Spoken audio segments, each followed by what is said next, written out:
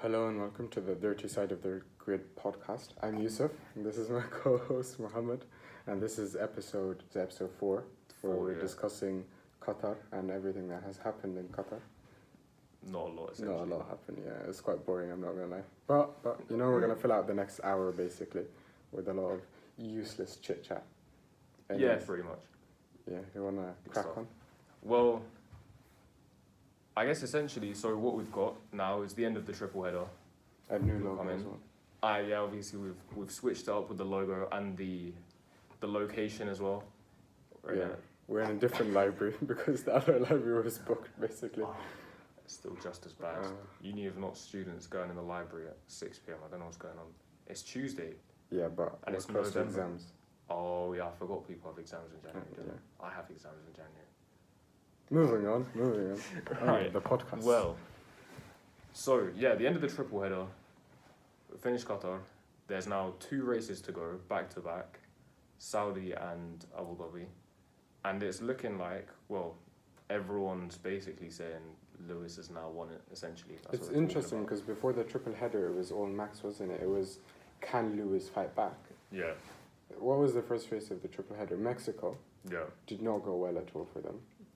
I think Mexico, like up to Mexico, we talked about this. I said like, it was Max who's going to win. It was Max's championship to lose. It still is, yeah. But I think up to this, I think Brazil, like the new engine, just like Mercedes smoked everything. Yeah, no. I don't know where they got that performance from. I'd be surprised if there's not something like in that grey zone, like. Yes, that is happening. The speed difference screams. It's 26. It's 26 kilometers per hour. That's the difference. That's the difference between Mercedes and the Red Bull, and you don't get that big of a jump just because you put a new engine in the car. Plus, the one in like going into Brazil, there was an argument new engine and stuff, but going into Qatar, they put in an older engine. They didn't put in the one from Brazil. Yeah, they were using the one from Turkey. And there was still Lewis gap Max by 8 seconds, and he kept it there. Lewis was cruising to the end. You could see that they turned down the dial on the engine, and he was just cruising, and Max could not reach him. There is an argument Max had some damage on the front wing. Yeah. But still, Lewis was cruising the whole race. Right. Well, before we get too much into it, obviously I don't want to forget this, but no. We've got to do the 60 seconds. So actually, before we do that, no. Inspired by last week, your mentioning of the phone in the car, do you have any thing of the weekend this week? Any random facts, interesting moments, something that sparked your interest over the past week? Let me see. Get this ready. Talk about something while I think about this. I have not seen anything like this out there that kind of pops to mind. The stats that came in general were just talking about, I'm thinking of Qatar inspired stuff, but normally your thing comes out of nowhere, so it's just something to do with 2010, 2012. I think, was it 2012 they had 6 world champions on the grid. Oh, I remember Sky used to do the little bits about that, didn't they? Yeah. There were some nice little Sky videos Think about that. This year is the closest we've ever come to that. We have Kimi, who's won a championship. Fernando's won 2. Lewis has won 7. Vettel's won 4. We've got, who else? Someone else has won something on the grid.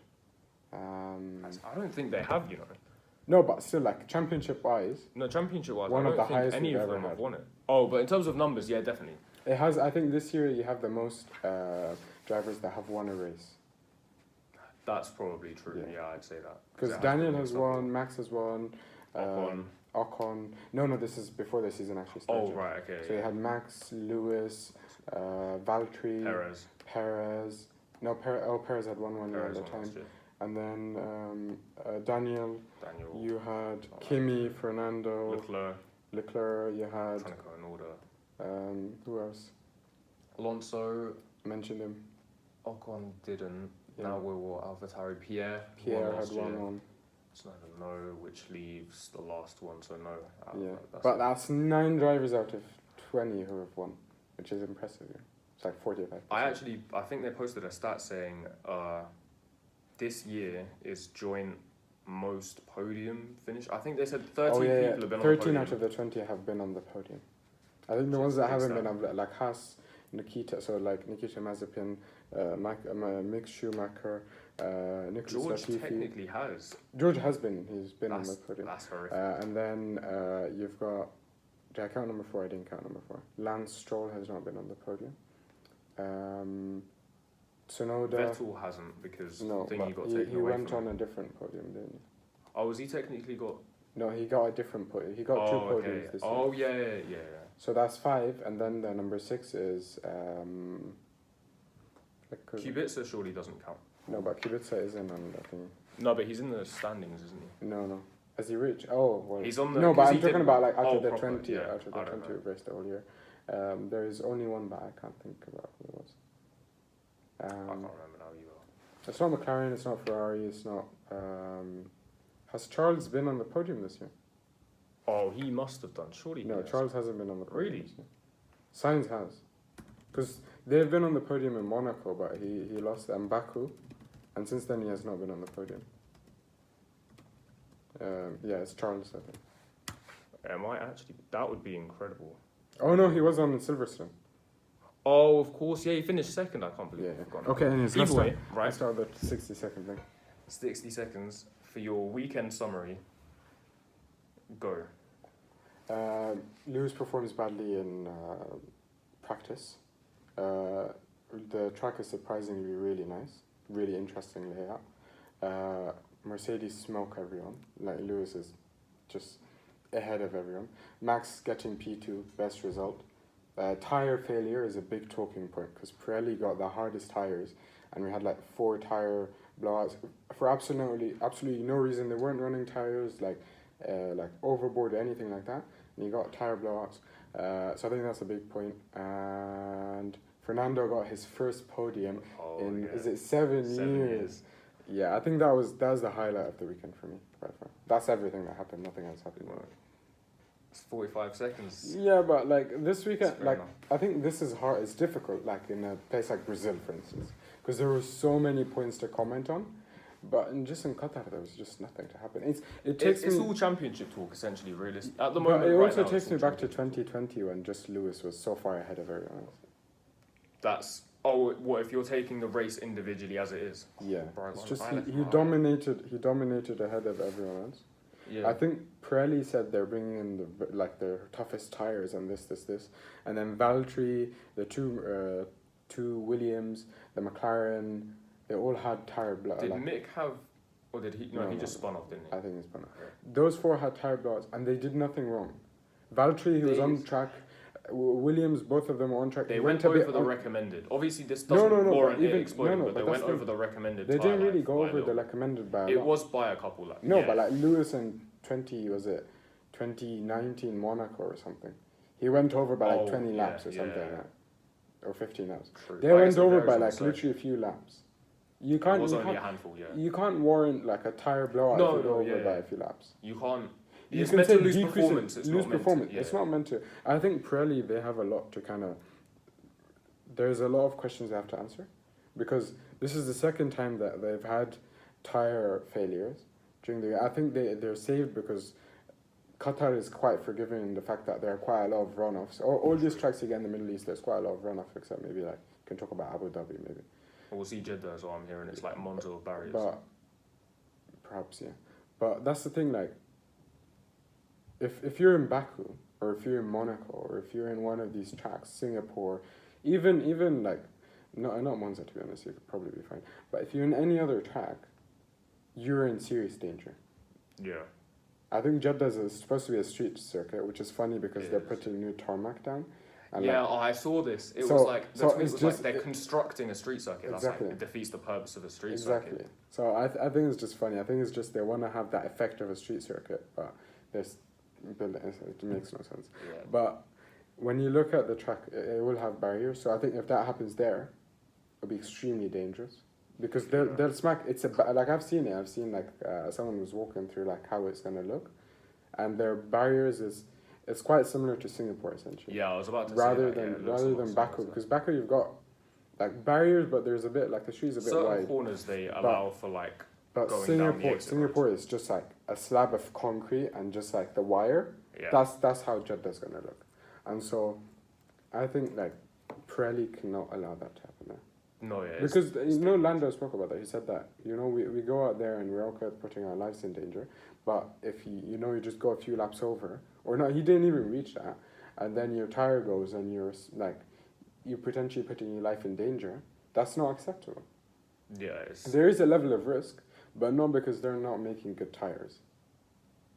And this is their toughest. That's the interesting part. This is their toughest. True. Yeah, they just went. They didn't bring a softer set. They bring the toughest set. And it was the hards that were exploding as well. And this is what happens. Honestly, it's just I think something's wrong. It's bad. It's not great from them, especially since they've. It's obviously a PR move now. They've got plastered everywhere, Pirelli signs, all of this, Pirelli all over the place. Talking about we supply F1 and F1's the biggest. Yeah, but then their tires are always popping, so you don't want to buy their tires. They could make or break the sport as well, realistically. Like I said last week, if they make tires where the optimum strategy is perfectly between a one-stop or a two-stop, one-stop or a two-stop essentially, that's perfect for racing essentially. You could argue that that's what happened in Qatar in terms of you can borderline do a one-stop with Fernando. Or you can do a two-stop like everyone else. I think you can talk about that, but the fact that the tire actually failed rather than the tire just rather than losing performance, I think that's my issue. Because if you lose performance, fair enough, we all know that. That's what you expect to happen. But when you put a driver's life in danger, I don't think that's acceptable at all. No, yeah, they've got... I hope they do the classic. We're gonna look into this now. But it's useless. I hope they better improve it. Yeah, but they did that in Baku, and we knew going into Qatar, the whole talking point was it's gonna be really hard on the tires, and they knew that they brought the hardest set. But that's the worrying point. This is their hardest set. Yeah, the hardest set should be able to cope with. Exactly, realistically. I don't get that. I think there are a lot of questions I have to answer. I think the FIA have to kind of put a lot of pressure on them. They do, yeah, definitely. Yeah, I think that in terms of performance, I think this was the closest between a one-stop and two-stop. So strategy was key, and it was very interesting. I think if Qatar, if we talk about a race review, if we talk about the race review, it was a bad race because the track is so wide. If they narrowed the track, overtaking would be much harder. And it would be a lot more interesting. Max was in P7, in a few laps he was in P2. Obviously his start was great, you have to give it to him. But after that, overtaking was so easy because that turn one is just so wide. It's similar to the one in Bahrain, but it's just Bahrain's also a bit dead because overtaking into turn one is just so easy. If you're in inferior machinery, you can't defend. They told what's his name, defend like a lion. Fernando Esteban. Bro, he overtook him straight that same lap. Yeah, he couldn't do any more with that realistically. Realistically, you can't ask him to do more. Yeah. Because the performance gap is much bigger and the track is just so wide. I think they have to revise the track and I think they have to tighten, at least first corner, tighten the racetrack or change a bit the layout. So they've been going there for MotoGP since 2004, I think they kept saying, which means that they probably can't make the adjustments and the outside of the track is always going to be dusty and all of this, so the racing line is literally the only way, the only place you can go. Does that mean after they've said they're not going to do a race in Qatar for next year because of the World Cup, the year after they're going back, would you prefer to see a fresh circuit then? Just have them start from scratch and make a good one? I think the track has a lot of potential. I actually really enjoyed the track. I think my only Our issue... expectations were awful going. Yeah. I think the track was really... I really liked the layout.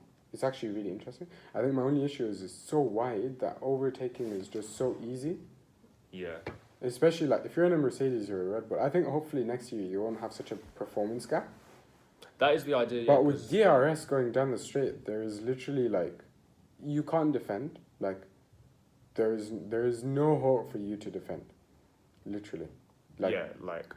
It was that's my issue with the race. That's why it was boring. There was only one overtaking spot and it was all in turn one, which is it's annoying, but I guess that's what they're trying to do with the regulations next year. So change it up, allow them to follow. Maybe someone could overtake somewhere else. Do you also think though, just before we finish the tyre conversation, obviously next year they're going to the 18-inch or whatever it is, so they look a lot more like road tyres essentially to describe it. Are those? They look like they gather heat quicker. Or is it less? No, they're meant to be cooler, aren't they? Because there's less rubber, which means that they're meant to be cooler in general. would that help tyre life or would it? I feel like in theory they'd last longer, but I don't know if they'd be able to withstand the loads. I think that was the issue. It was the loads. I'm not 100% sure. We'll have to look into it for the next one, to be fair. Yeah. We'll talk about it for the next one. But it's interesting because they're also like, I don't think at that point that tire heat is going to be like as much of an issue because you have the thingies on the side, what they're called. That were, they removed from 2009. All those like cap things on the side. Cap yeah, things. the They use that for like heating in the tires, if I remember correctly. Oh, okay. So optimizing that essentially.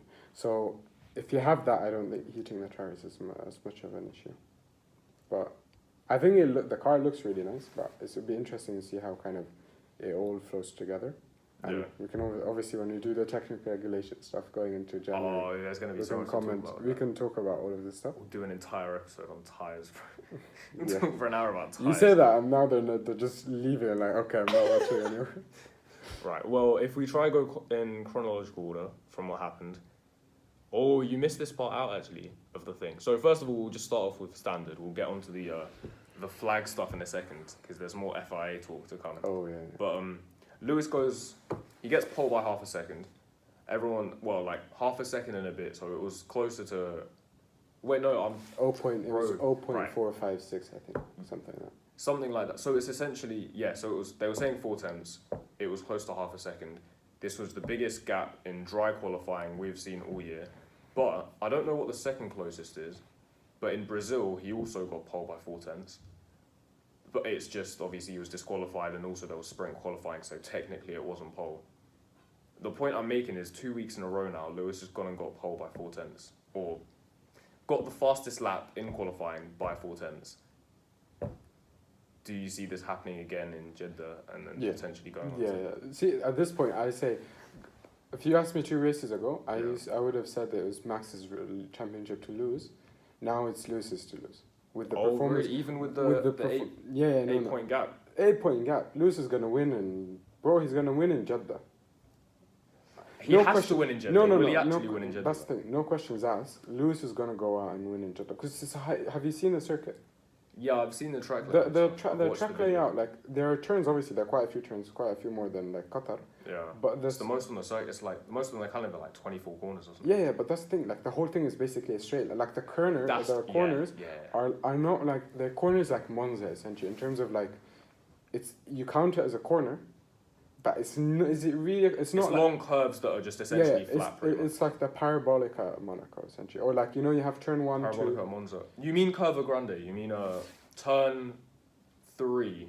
Yeah, you have turn 3 and then you have the parabolica at the end. Parabolica is like 5th gear. It's slow. Yeah, I know what you mean. Yeah. But I mean it in terms of it's a soft corner. In terms of you still carry a lot of speed through these corners. And so it's going to favour more the cars that have less downforce and can go quicker. It's like Russia, the DRS straight in Russia going into the third sector. You know how it's like just a long left-hander? You mean like that? Like it's just easy. The last corner in Monaco before it come onto the straight? In Monaco? Yeah. Monza. You do mean Monza, yeah. That is classed as a corner. That's the parabolic, I think. Yeah, that one they do break a significant amount, but this one, you're right, it's just a weaving straight, isn't it? Exactly. You feel like in Saudi and like all the analysis and stuff is going to favor the cars with like higher engine performance essentially, which is Mercedes. Like I would not have said that before. I would not have said that before Qatar. Before Qatar, before Brazil. Yeah. But Brazil, like Max had much better performance in the second sector, but literally made no difference. Like Lewis was so quick on the straight, you did not see him. That's the one thing that maybe could affect Lewis. That they're not like. There's not that long straight that I had in Qatar. Like that's my issue with Qatar. The straight at the beginning was so long that it was boring. And that's the thing. Like once you've got into the midfield, there wasn't really a lot of overtaking because it's so difficult. Yeah. I felt so bad for Gasly. I don't want to get onto Gasly too soon, but qualified P4, moved up to P2 after the penalties, which we'll talk about in a second. Tried a 2-stop strategy. Ended up getting stuck in 11th and couldn't overtake Vettel. Which, to be fair, Aston Martin was quick this week, but imagine starting in P2 on the grid and then finishing 11th. He didn't get a single point. Imagine starting on pole and finishing in 7th. That was Lando in Russia, literally. I think that was much worse as well because he had the win to like the last few laps. That one was much worse, yeah. But talking about Saudi, I think Mercedes track.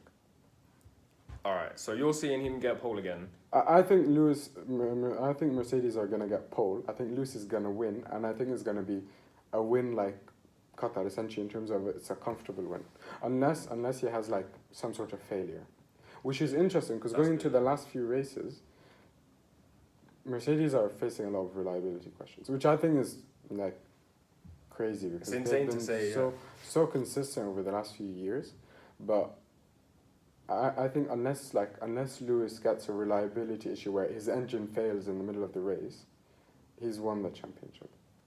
I don't want to get onto Saudi too much because obviously there's no race next weekend, which means we're going to have to talk about Saudi. So we'll skip the Saudi talk for now. I just wanted to see what you were thinking in terms of qualifying and the run of form essentially. Yeah, Lewis is So, speaking of qualifying and the run of form, obviously Max Verstappen, the run of form of the stewards is currently incredible, really. They're doing really well.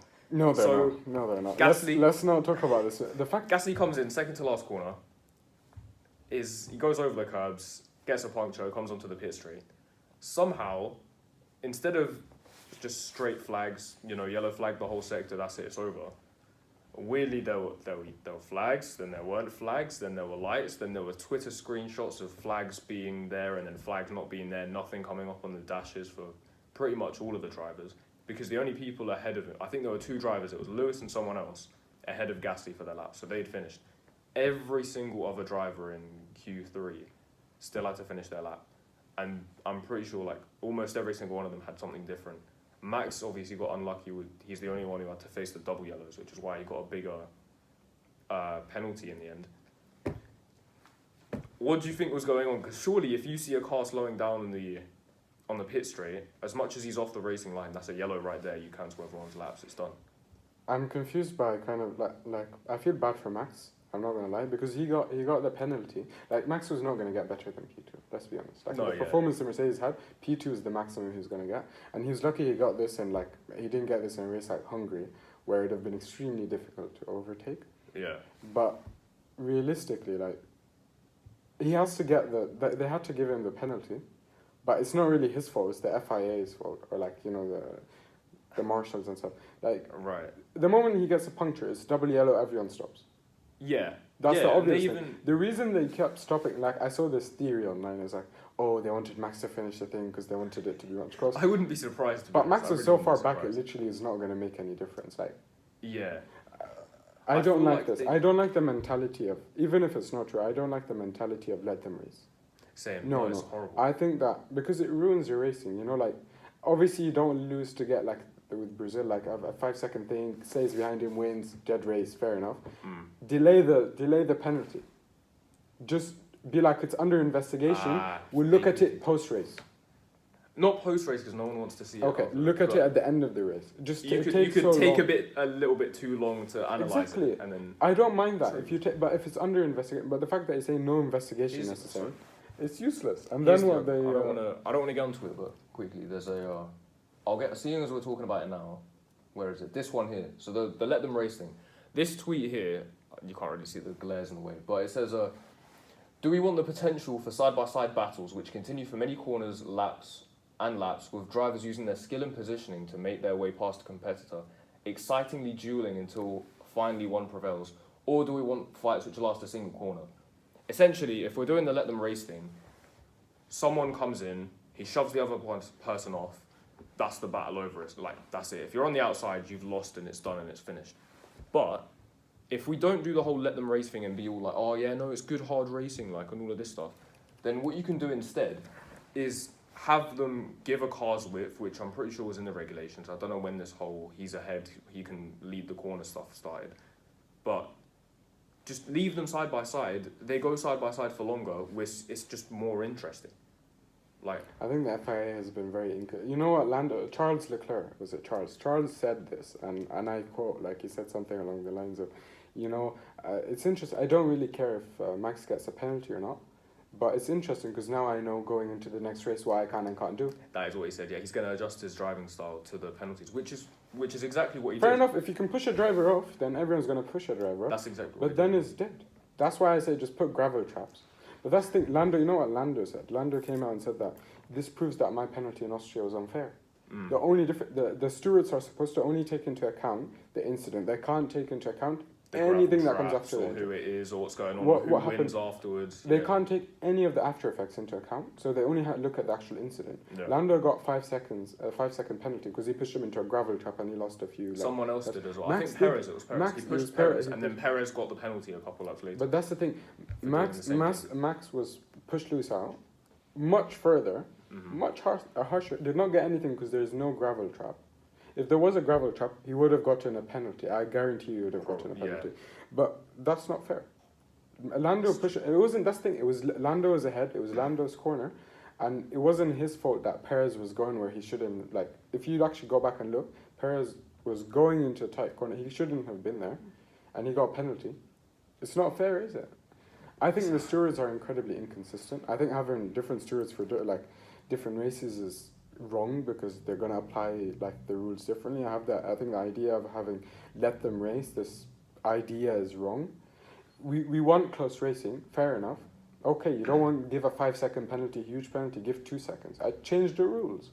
Make the rules more interesting, fair enough, but don't go and say, 5 seconds, the least I can do, 5 seconds, massive. Introduce softer penalties. True, yeah, that would be so much better. Because if you say push him off the track, you get a 2-second penalty. Fine. Yeah, because 2 seconds is just you within DRS range, for instance, or you get within So for him to actually 2 seconds won't make a big difference. 2 seconds literally makes no difference because for you to stay within that 2 seconds, it's incredibly harsh on your tires. Yeah. And you're going to lose a lot of performance very quickly. So you're going to have to go for the overtaking move. So if 2 seconds is too extreme, 3 seconds. Three sounds like something they would do, but the problem with 3 is if they're not consistent with 5, they're not going to be consistent with 3. Because if they've got more options to give, they're going to be less.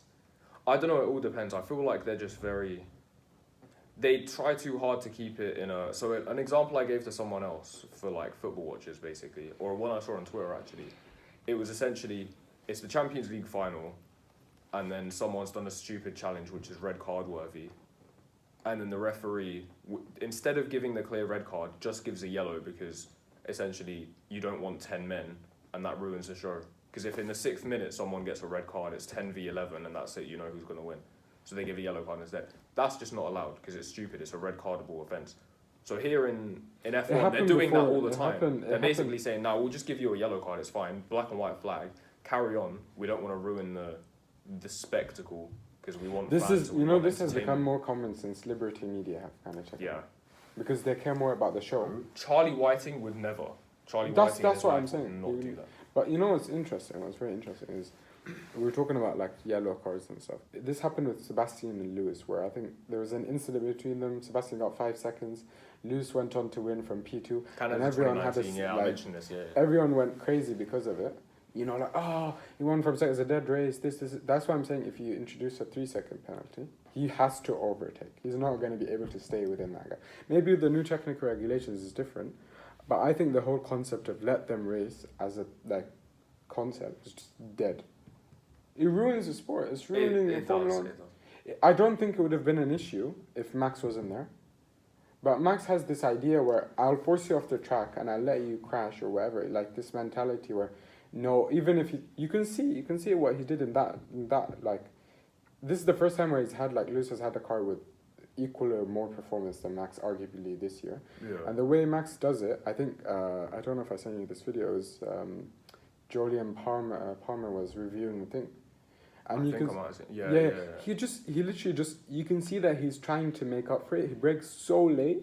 And he's not going to be able to make the corner. Realistically, if he actually turns in more, if his the angles are higher, he's going to lose the rear and he's going to smack into Lewis. That already locks up badly, and then he smacks into Lewis. That too, maybe. Yeah. So realistically, what he did was not wrong, but it's out of desperation to keep the position. Not wrong in terms of I'm not saying in terms of he shouldn't get a penalty. I'm saying in terms of he's fighting his best to keep the position. Yeah. But there was a penalty there. The fact I think everyone if they had not given a penalty, but it had been under investigation, I don't think it would have been as much of an issue. True, people wouldn't be as mad, but it's the fact but it's the fact that they didn't even care and they're like, no, let them race. There's nothing there. That just because it's not like the stewards had a lot of incidents going on in the race. The stewards were Yeah, called that upon was a few basically times nothing during else the going race, on. so you're free. So have a look at it. You know? Well, we've got to steer this back to Qatar real quick because there's You as know- much you as know we it's went on to the frustra- flag talk, but it's just frustrating. Isn't we'll it? see. So surprisingly, they gave Max a penalty. I thought they would have tried to keep it. They gave Valtteri a penalty as well. They gave Valtteri a penalty as well. Interestingly, I heard Science didn't get a penalty, but when he lifted off after he got past Gasly. So he passed Gasly on the straight, then lifted off. So essentially, he's ruined the well, not ruined, but like he's defeated the point. He slowed down. He didn't get his lap, but he defeats the point of safety because he's sped past Gasly and then lifted off. But because he's lifted off, it's within the rules, and he didn't get a penalty. So he finessed it there. Yeah, this is the point where I talk about like the rules are not exactly like the rules are not perfect, but the way this like you have different stewards who would have applied that differently. Yeah, some people. You did not lift off in terms of the car because these are safety like we can always talk about like the racing ones and pushing one off the track and stuff. When it comes to safety, there's no argument there. We've lost way too many drivers in F1 because safety has not been up to scratch. So the fact that he did not slow down, I think he should have had a penalty. You did not slow down before the car. That's it. But the reason I'd say Sainz got off like with it, like quite luckily, in fact, is because it was actually the steward's fault with like yellow, double yellow, nothing. Yeah, they were probably a bit more lenient with him because of that. Yeah. So it's not his fault. Like I would have fully blamed him, and I said no, he needed a penalty. If yellows were like flown, and he did not slow down. They would have slowed down if there were as well. All of the drivers, I'm sure. You see, like you can see on the dashboards, you can see everywhere. It was something was wrong with their system, the FIA. So you can't really blame the driver. Like if they had not given Max, Valtteri, and Sainz a penalty, I'd have said fair enough. The fact that they gave 2 and not that 1, I think is unfair. Well, he lifted up after the car stop. Someone who had a lot to talk about was Christian Horner. He decided to call out, so specifically, as it didn't come up on the systems, it didn't come up on the dashes, it didn't come up on the flashing panels, there was specifically one marshal. Volunteered, by the way, this also sparked a debate. The fact these guys don't get paid, they volunteered to be there at the tracks. You know, the marshals, the guys waving the flags, the guys, they also run the panels. They're also technically at a high risk because they're right by the track, so if a piece of debris flies past them. And speaking of debris, they're also the ones who run on the track, sweeping it up and collecting the bits when something's happened. These guys, volunteers, one of them, he sees someone going slow on the pit straight and he's now stopped, whips out his flag, waves it. This is what caused Max getting the harsher penalty, and then Horner decided to call him he called him like a stray or rogue marshal, called him out specifically, and then said the FIA he had to go at the FIA basically for what he did, which I think personally it's so bad because people think he got called to the stewards afterwards. He got a warning, wasn't it? He got a warning. And he got called to the stewards. Essentially, the breach he got, the code that he was breaching was, it was basically people essentially dumbed it down to hurting their feelings.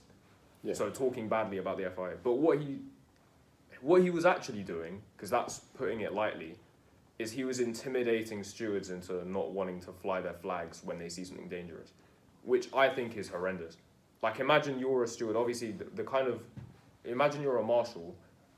And you're out there on the track, and obviously these aren't the kind of people to be intimidated by this. But in the back of your head, imagine thinking like F1's gonna hate on me now because hate on me these they have a lot of money, so you think they can hurt my life, No, in terms of they're gonna hire a hitman. No, but in terms of there's a lot job of opportunities, yeah, because they would not be there as volunteers unless they really want to get into F1.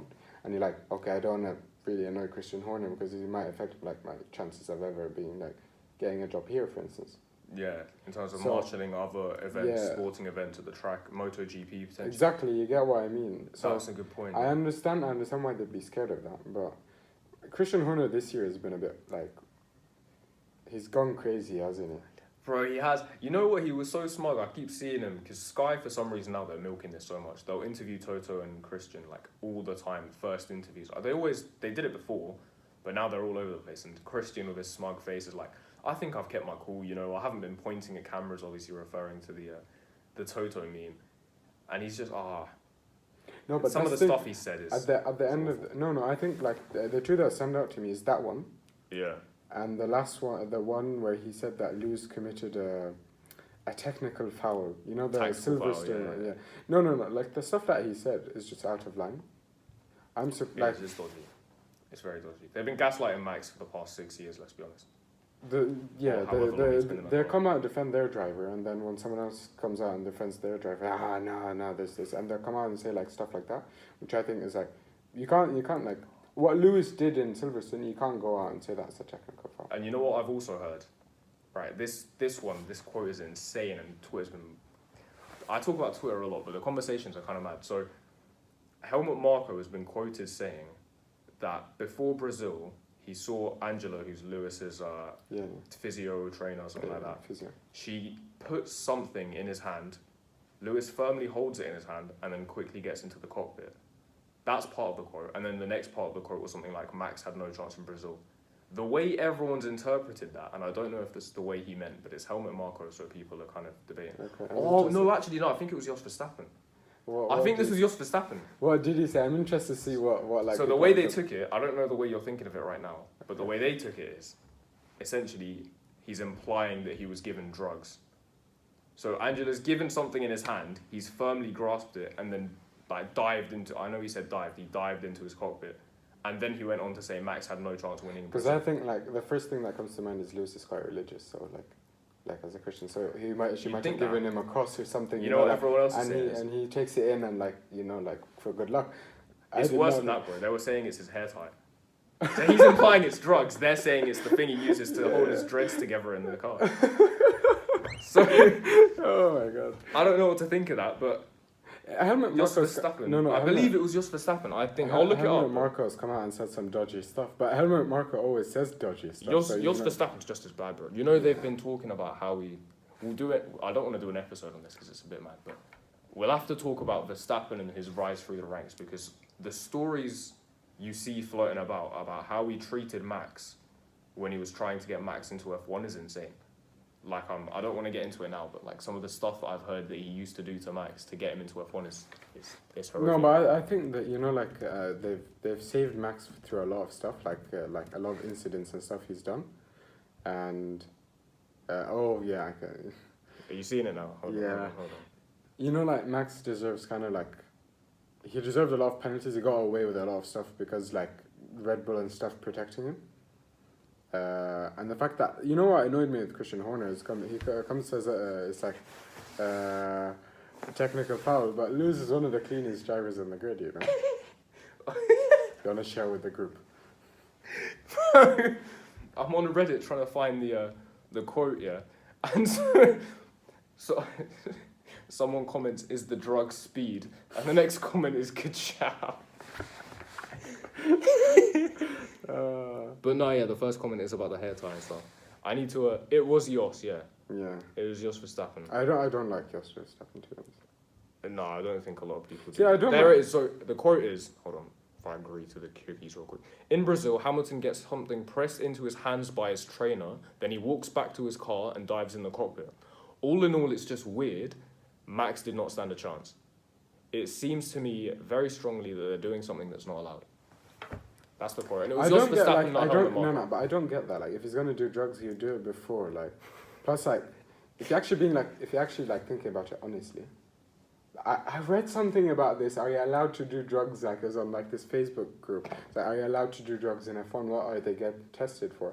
And I think someone was caught doing weed. It was what's the name? Villeneuve. His son, the younger one. Gilles Villeneuve? Jacques Villeneuve. No, like he won in '97. What's his name? That's Jacques Villeneuve. Is it Jacques? It's Jacques Villeneuve, yeah. You sure the blonde tips. Yeah. It's not called Jacques Villeneuve. It's Jacques Villeneuve, yeah, bro. Really? Yeah, the older one is Gilles Villeneuve. Yeah, but the I'm track's sure it's named not after called him. Jacques. The younger one's... It's Jacques with like a... Yeah, that's what I mean. Yeah, but it's pronounced... It's Jacques, I swear. Yeah. I don't know how to spell Villeneuve. Yeah, Villeneuve. Anyways. So basically, he got caught for weed, and they're like, he's not going to gain any advantage of it. So basically, they allowed him to kind of get away with it with a warning. Okay. Yeah. Jacques. But basically, the thing I was commenting on is he always comes up and says like some dodgy stuff. Yeah, like, Villeneuve's another one who chats a bit too much. No, but like the stuff he says is funny. But essentially, like realistically speaking, it's not a very like Formula One is a physical sport, but it's not a sport where if he does jogs, he's gonna like gain a massive advantage. True. Yeah, it's like, a lot more physical than people realize. I get. For instance, maybe like it will help his like maybe reaction time or this, but he's not gonna be like. The performance, the extra performance he had in Brazil was coming purely from that engine and like stuff. You can say Mercedes are doing some dodgy stuff. Could you imagine? You know how in the night races they have clear visors. So could you imagine? You're just like looking on the onboard camera of Lewis staring at his thing. You just see his red eyes just staring back at the camera, bro. So I don't get that. Like, yeah, I think that's the thing. Mercedes are less likely to come and just kind of throw like random stuff at Red Bull. Just accusing like the driver and Mercedes have held themselves to a much better. They have more integrity. Yeah, that's like I'm not a fan of Mercedes to be honest, but I think I respect that a lot more. They're more classy. Exactly. Red Bull will come out and like the war of words and like this mental battle and all of that, but I think they take it to a level that's disrespectful. Yeah. And I actually really like Christian Horner, I'm not gonna lie. But this year Christian Horner's gone on a bender, like his stuff he said, bro, like you can't like him after the stuff he said, like. Bro, we'll have to do Christian Horner best bits. Yeah. Bro, I have one compiling question. ideas. I have a serious question for you. I think Lewis sort of thought when he signed that new contract that he was gonna lose the championship. Ooh. I honestly think that because Red Bull had such a big advantage. And he signed it mid-season. So they had a big advantage. They were going to go on and win the championship. Realistically, it looked like Max was going to win. I think he signed when Max had like a 33-point gap or something like that. Right. So he signed before Silverstone, Max had a 33-point gap. Yeah. Realistically speaking, he signed because he wanted that 8th championship. So if Lewis wins this year, do you see him fulfilling that contract? Do you see him staying for 2 more years? Do you see him staying for next year? Yeah, because I feel like part of what's given him this motivation as well is the whole, as much as it doesn't sound realistic in comparison to the racing, the whole diversity thing he's been trying to do and stuff, I feel like he's really realised, because I don't know what it is with him, but almost being around all these white people and stuff his entire life, it's sounding like this motivation now that he's got last year and the momentum it's built, and obviously the website, the things he's funding, the Mercedes element now as well, who are also trying to. And there's also like Formula 1 have the Wii races one. F1 also doing schemes now. The fact he's running all of this and stuff, I feel like he's really focusing on his legacy outside of F1 as well. So as much as the aim is important, he could still keep that going if he retires. Yeah, but because he always on a big scale. He will always be Lewis Hamilton, and he'll always have that mad respect of. He has surpassed Michael. Like once he gets that 8th, which I think he'll get this year, provided he doesn't have any big kind of reliability issues. Yeah. He will be the most he holds the biggest record in F1 history, most poles, most wins. He's won at 30 out of the 35 tracks he's ever raced. That's insane. And then pole at 31, I think it was. And the stats. And he's won 102 races. And I think he would have won, like, by the time he retires, an 8th championship. So the question is, he spoke about this once on the Graham Norton show, about, like, retiring and stuff. He's like, to become an F1 driver, to stay, you have to give up so much of your life. Yeah. Dedicate it towards Formula 1. Especially now with the 23-race season, it's more along the lines of that. So, I'm not sure if he'll stay the 2 years. I think that he might stay next year, experience the new kind of regulations, and I think if he wins this year, I see him maybe retiring at the end of that one, rather than this year, rather than staying the full 2 years, because I don't think Lewis will have the motivation to. I think he got fired up because Max is really fighting him. Yeah, if there's no competition, he'll struggle to find the motivation. Not just that, I think even if there is like a competition, I don't see him. That's the thing. I see him like he's just so like. There's nothing else for me to break. Like, he's broken all the records. I feel like he'd want to prove himself against, let's say, next year. That's what I'm saying. Competitive with McLaren, Ferrari, Red Bull, and Mercedes. That's why now he's got to prove himself against Lando, against George, against Charles. Like all of these conversations. That's what I'm saying. He'll stay another year. Yeah. But I hope Lewis. I hope he if he wins this year. I actually want him to retire. You know why? I have mad respect for Nico Rosberg. You know why? It's very rare for a driver or a sports personality or whatever to reach the top and retire when you are the best. Or you can say arguably you are the best. Like with Nico, there is the conversation of Lewis was there and stuff. But you are on top. He won, he defeated Lewis. He is the world champion. Yeah. And he walked out. And I don't, because the problem is you see a lot of these drivers racing into their 40s and stuff where they start to lose touch, start to drive badly. And that's what they remember for. I never wanted Michael Schumacher to come back. Yeah, because that second stint, it's not the same. It's not the same. You never look at him the same. There's Michael before, and then there's Michael after, and I think it did not really do service to his career.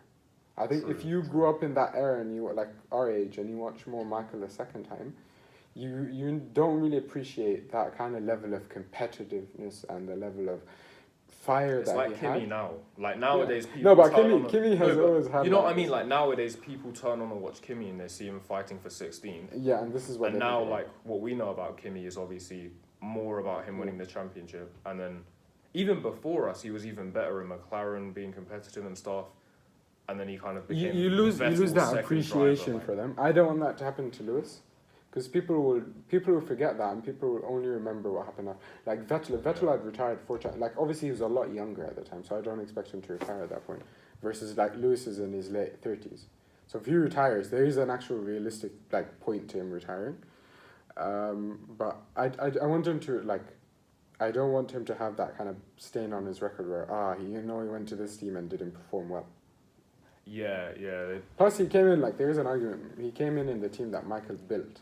For them to go on. Oh, bro! I hate this argument about the whole it's all thanks to Michael. No. But he built that team around him, and he managed to extract the best out of the car, and he managed to win so many championships. Arguably, abundance of topics that I mentioned now. Let's just go through our usual stuff. So best performance. I'll give you a couple options. You pick one. Fernando Alonso.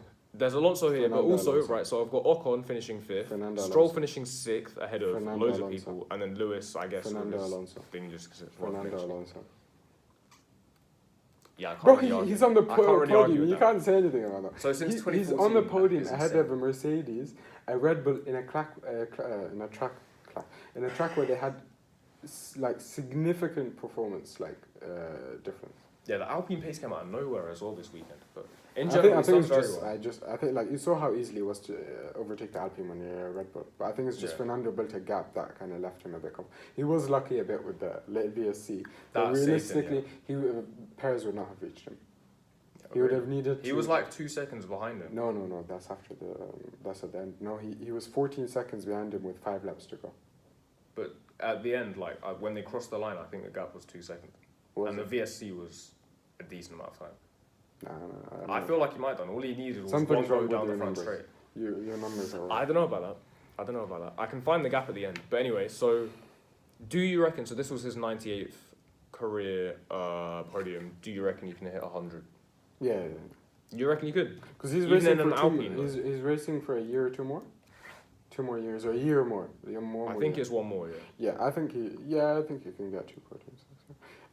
This is on my hope of kind of getting closer racing from next year. Yeah, I mean, if next they are one of the teams that have kind of binned off this year, and they're looking forward to, because the whole point of Alpine was the whole point of Alpine was the new regulations. That's why they rebranded. That's why they did all this stuff. It's a 3 second gap. Yeah. 3 seconds. That's still Bro, and the VSC was a decent amount of time though. Actually, to be fair, he might have. Well, we don't know. No, he would have managed to fight him off, I think. Yeah, but you've got to remember under the VSC, you've got to save his tyres. Yeah, that's one point. That is one point. Guess we'll never know. Right. Next. Best performance, Fernando, by far. Worst performance, so the ones I've put as talking points. Vettel, he said he got finessed at the start to do with Bottas and all this stuff. So he went down to almost last. And a good recovery drive to P10, but because Stroll finished 6th, he was expecting better. We've got and Ricardo, who was saving fuel for no reason pretty much the whole race, and saving fuel, losing 2 seconds a lap sometimes. Just not. I'd say McLaren. I should put McLaren here as well. Daniel Ricciardo is just confusing. Like, when you look back at why they lost the champion, like, third to Ferrari. Ferrari is third. I think it's all to blame on Ricciardo. I mean, they haven't been... Lando, they've been a bit unlucky. you can't blame... Like, Lando has been off the past few races, but just... Like, you look at Daniel, and Daniel is so far behind him. Like, yeah. Lando's ahead both Ferrari drivers in terms of points. They've actually closed in on him, you know. I can't believe it. No, he could actually they've closed in on him. He's ahead of them, yeah. I know. It's but good. where's Daniel? Daniel's like, I swear, like 50 points behind, or like 30 points probably behind. at this point. But like, so in the last, I saw a stat. They've got 4... No, standings and then driver standings.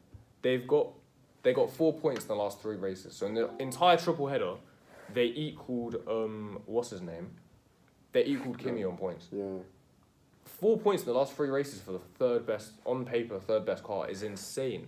Like, that's embarrassing, to be honest. So it's no surprise Ferrari you wouldn't expect this, but Ferrari just pulled out. Lando's still ahead of Lando was in the conversation for finishing third in the drivers' championship. He's now 1 point ahead of Leclerc. Look, third was off the table. He's like 50 ahead of Daniel. Yeah, you won't even know.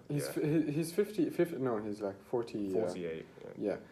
But where's Daniel in comparison to the 2 Ferraris? The 2 Ferraris are each like 50 points ahead. 40 for one, and then pretty much. Where is he? This is the guy who's like, I'm going to McLaren to win a championship. No, you know. It's gonna be tough for him. But to be fair, this race I wouldn't say it was his fault. He was told to save fuel a mad amount. Like, it was just unlucky. If he doesn't perform next year, I think McLaren should let him go. Well, they could replace him with Gasly. Yeah, that's what I was gonna say. Well, Pierre and Lando in one team at McLaren with a good car is gonna be. That will definitely rival Ferrari. That's gonna be a very good thing to see. Yeah, and I don't think like Lando and Gasly get along quite well. They're both quite chill and stuff. Gasly's quickly becoming my second favorite driver. Yeah, I don't think there'll be a lot of kind of issues in that team, as opposed to say like it's a chill team. Like Ferrari is a chill team, but I think Ferrari is a chill team because Charles is ahead of Sainz. Yeah. Yeah, but then their management can't handle with the what Sainz has done this year, he's like 2-3 points behind him. I think he's like 5 now, but the gap is very small. Like, they were only 2 seconds apart at the end of this race. No, but he's performing so much better than anyone. He's 1 point. Is it? No, he's 5 points. 7 points behind. 6.5. He's 6.5 points behind, and no one expected that. Like, realistically, and you think about it, you thought Sainz was going to be like 20 points behind him. Comparing him to the people who have moved teams or have got new machinery, Daniel, Tsunoda, all the rest of them. Yeah, Sergio. Perez, yeah. Like, Sainz has not had that one race where he's performed so badly that, like, you look at Charles and Charles has performed equally as badly. But Perez has had races where, like, Silverstone, where was he? I don't know where he was. You just forget. Like Max is at the top. He's actually realistically has the best car in the grid. Yeah. And Sergio is so far back. You don't know where the guy is. You really hate Sergio with a passion, don't you? No, I actually really like Sergio Perez. He's a likable guy. But his performances this year are so bad that you just like, I never wanted him to leave a midfield team because he's that one driver that will always drag that car to where it should never be. Yeah. In a top team, he's just, especially Red Bull, he's not going to fit in. He's okay. He's good at doing the second driver part, but he's never like. Realistically, Red Bull should have won the constructors by now. If they had a second reliable driver. They probably would have. They would have taken points off Lewis as well. Yeah. The more times he finishes ahead of Lewis, the more points lost. We'll see. But so out of fear of doing all this stuff, I'm gonna. Right, we're just gonna skip to. Shall we do our predictions yet? No, hold on. What I'm gonna do instead. Well, another team that has been losing points. AlphaTauri got no points this weekend. Alpine got 25. Because of I think they guaranteed their position. Because of Alonso and Ocon. They have essentially secured P5 in the constructors, which is very big for them. And honestly, you just got to ask yourself. I don't want to talk about Tsunoda too much, but they had no pace. Like, it was very. No. Gasly showed they had no pace. Yeah. Gasly is kind of my meter for the team. like Lando's my meter for McLaren. If Lando's performing off, then the car maybe is not so great at this track. Which is one thing that McLaren have to address for next year is they've had tracks where they've been incredibly quick, like Monza, they were mad, like their pace was incredible.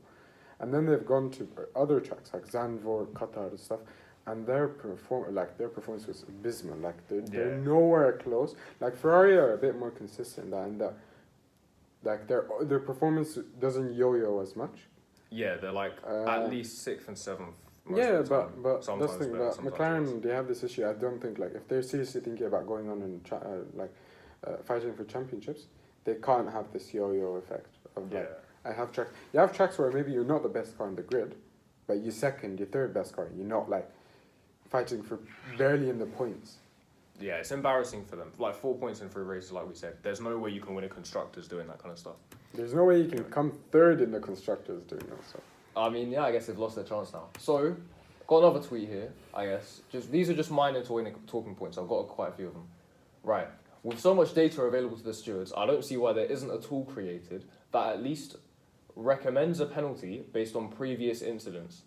So, talking about the whole consistency and stuff. The reply, I just found kind of funny.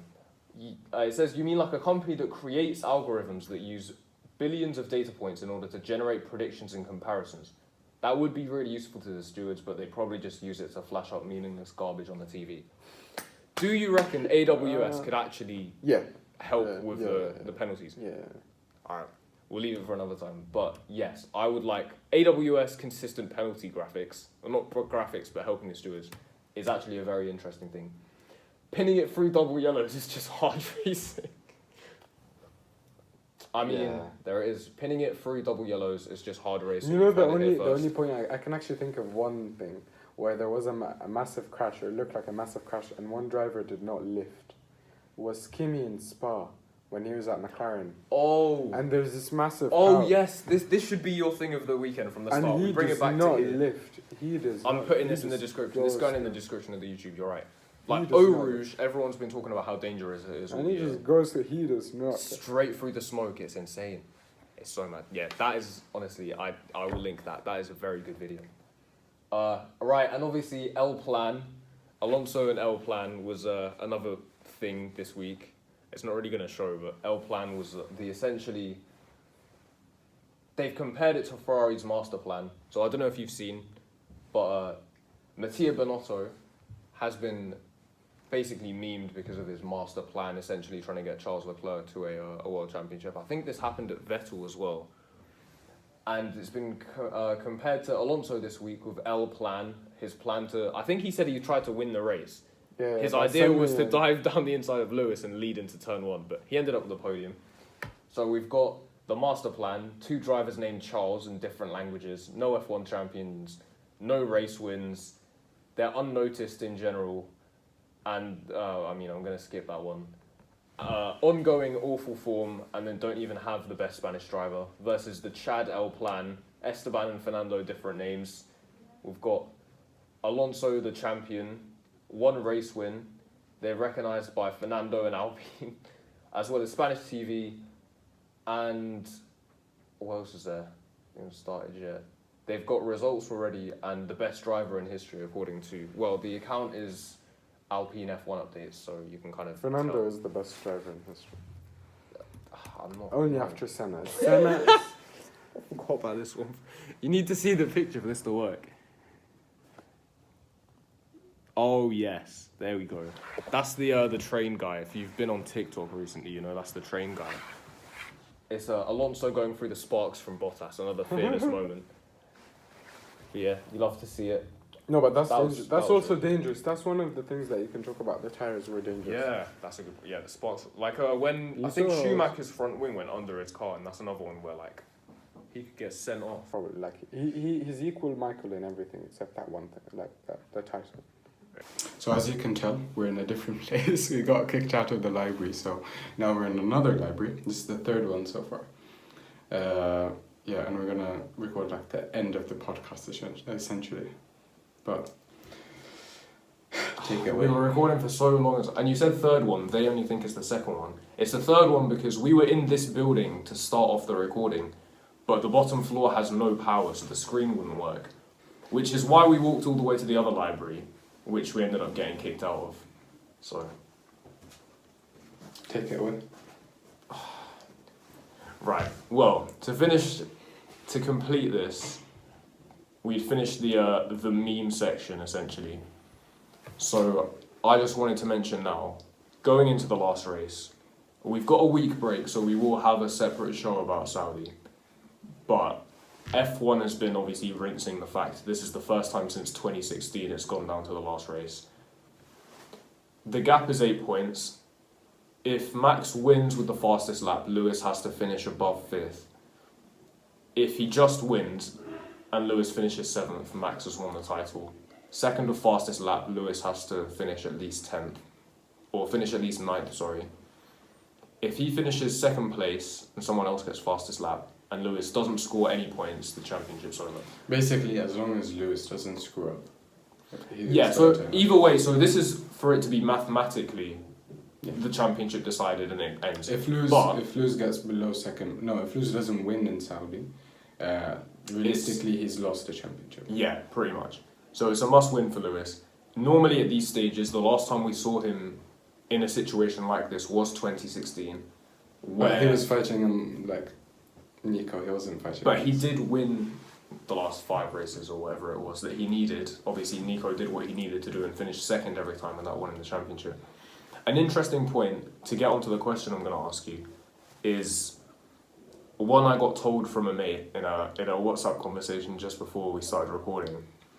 Essentially, do you reckon it's possible that like if Max keeps the gap around 8 points or under 8 points or whatever it is, between the gap and 1st and 2nd pretty much, he can then guarantee that he wins the title by just finishing 2nd in Abu Dhabi?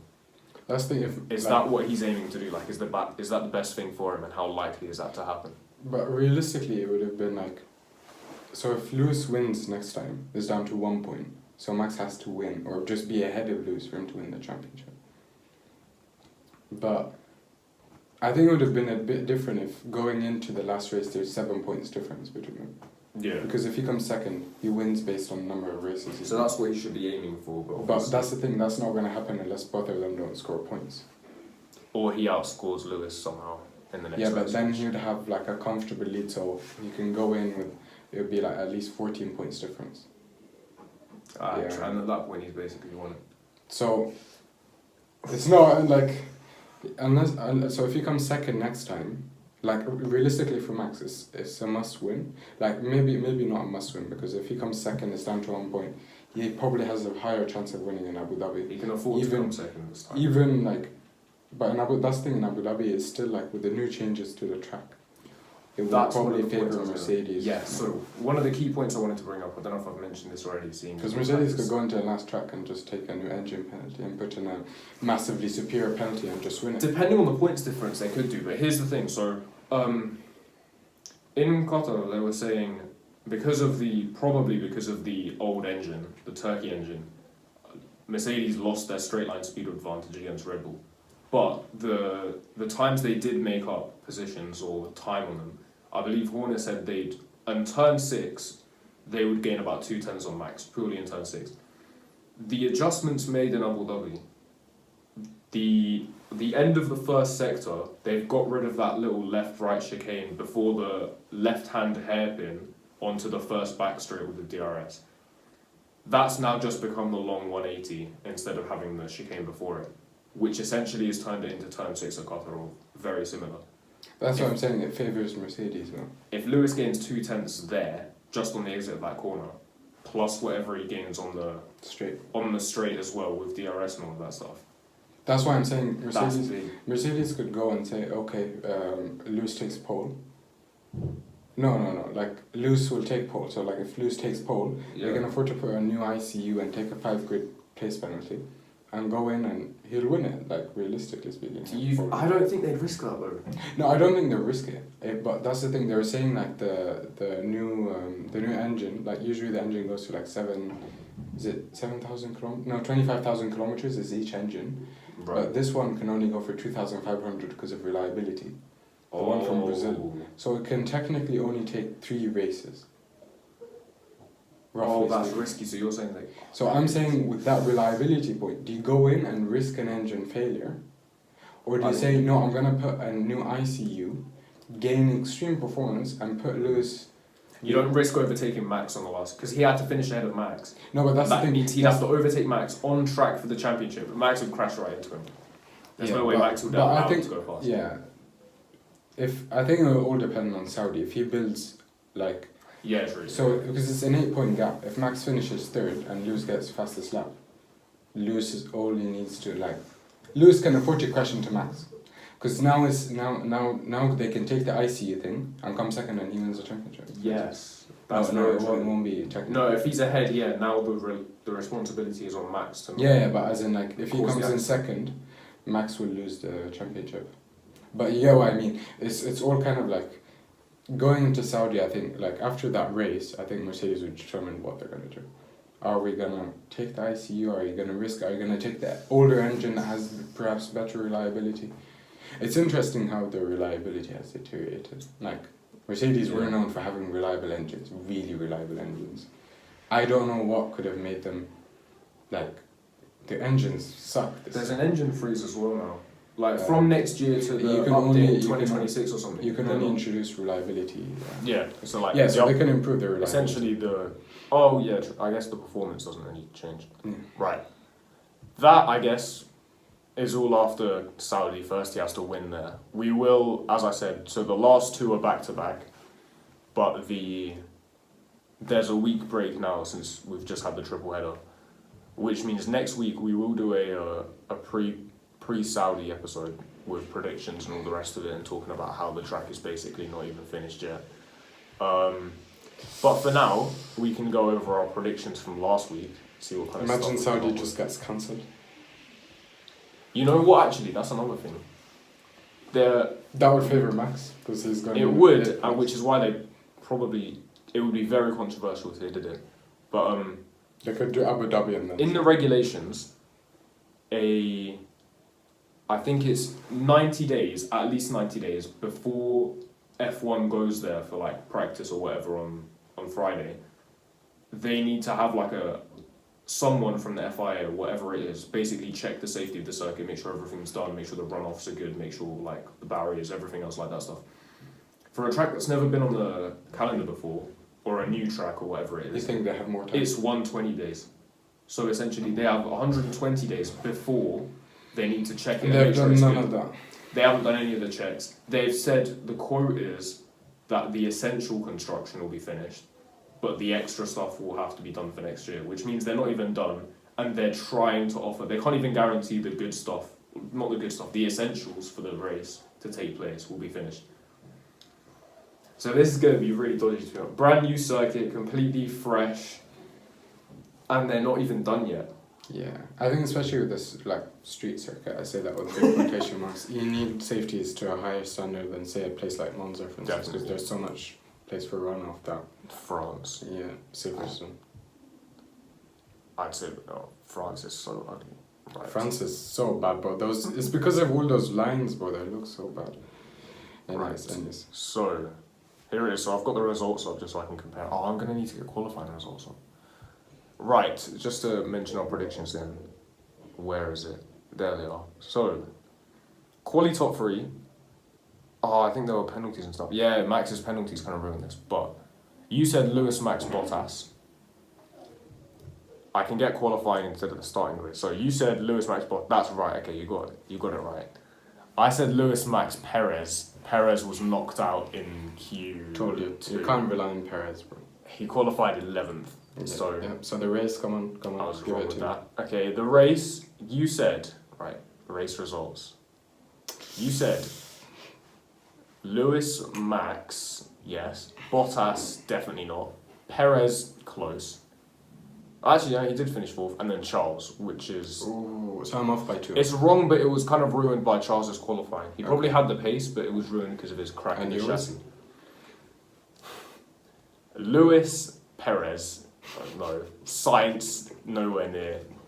Max, no. And then Charles. Also. So I win for... Is this the 3rd or 4th week in a row? I've won 4 races, or is it 3 races? I think you've just won all 3 races. So far, so 3. So we've had 3 races, I've won all 3. Listen, I was expecting something good to happen, and then it didn't. The Alonso podium is essentially my science podium that I was trying to predict. But you got it wrong. I did get it completely wrong. And then driver of the day, you put Lewis, which is wrong. Yeah, I put science, but yeah, it was. You're wrong as well. Ah, well done. Thank you. My streak is... It's maybe I should 3-0, just go bro. boring, to be Yeah, honest. it's 3-0, bro. You should just copy my thing. So at least then you get half a point. Nah. It's Something outrageous has got to happen eventually. There's no way Max and Lewis finish first and second, whichever way around it is, for the next 2 races. It's gonna happen. Something stupid has got to happen eventually. No, it's gonna happen. Unless someone has reliability, which I don't think so. Perez will win the last 2 races. No, he'll give it up for Max. If that actually happens, he'll give it to him. That's very true, he would. Same with Bottas, obviously. Yeah. I Same assume with that. Gasly and Tsunoda. Imagine Tsunoda's... Did you see wait, did you see this where Gasly let Max through, but he didn't want to show it like it was obvious, so he went wide. No, he went wide. He didn't. But instead of just going back into the racetrack, he went wide and he stayed on the curb for a bit. Like he slowed down significantly, and Max just kind of breezed past. Bro, it was so obvious that he was just letting Max through. It was so obvious. You can bring it up and watch it. It's so obvious. Yeah, I think he left his DRS closed until Max got past him on the straight as well. He had DRS, but it was very obvious. It was very obvious. It's just letting Max through. I mean, that's another conversation point people are talking. We've skipped it for now, but like a lot of conversation was made about how Red Bull essentially has 4 cars on the grid, which most of the time they're not useful. But yeah, we'll talk about that. When that. you're fighting for a championship, is that fair? But then Mercedes could push but that's the thing. They couldn't. Mercedes don't. No other team has an equivalent of that. Even their No, engine, but like you can say like if it's an engine thing and like someone's in second, you'd be like, just give it to me. But realistically, they can't. McLaren would never move out of the way. Exactly. They don't have that. Neither would Aston Martin. That's why I'm saying, like, yeah. We'll see. Obviously, this is how it's always. Ferrari has that a bit more maybe with Haas and stuff, but potentially Williams could be that thing for Mercedes, but they're so far back that yeah, that would never. Yeah. Well then, right. So, I guess that's it for this one. We'll just come up with a Jeddah. So hopefully it's less. Hopefully than Jeddah this happens. one. Hopefully Jeddah. Hopefully it happens. Hopefully the track's finished, and hopefully we don't end up spending 14. Oh, bro, this was meant to like last an hour, and we've been all over the place. So, bro, it's been 4 hours since we like. Just get caught up in conversation. Obviously, we're big famous on campus now, so everyone stops us for chats. That's how this works. Yeah, that never happens. I mean, it's happened twice today. Nothing to do with this, but yeah, it's happened a couple times. So yeah, we'll try. You know what? We should just go back to filming on Fridays. Imagine that. The podcast comes out Sunday morning of the race. Thank you guys for Next listening. race. Thank you guys for listening, and hopefully I'll see you next week with a review of Jeddah and kind of all the controversy that's happening. And pre-chat into the championship, because Yeah. there won't be a pre-Abu Dhabi because they're Yeah. back to back. Yeah, we'll be chatting about championship, what we think is going to happen, what can happen. Yeah, and then we'll probably talk a bit about memes probably between here and then. If any I'll be on controversy Twitter for a happens- very long time. Yeah, if any controversy comes up, we'll talk about that. I'm trying to think, there was something, I remember I was going to say something else, but it just slipped my mind.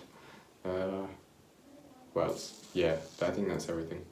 Yeah, I'd say that's about it, to be honest. Yeah. That's the Peace. Qatar episode. Yeah, Guess we'll see you guys see you next week. Yeah, bye-bye.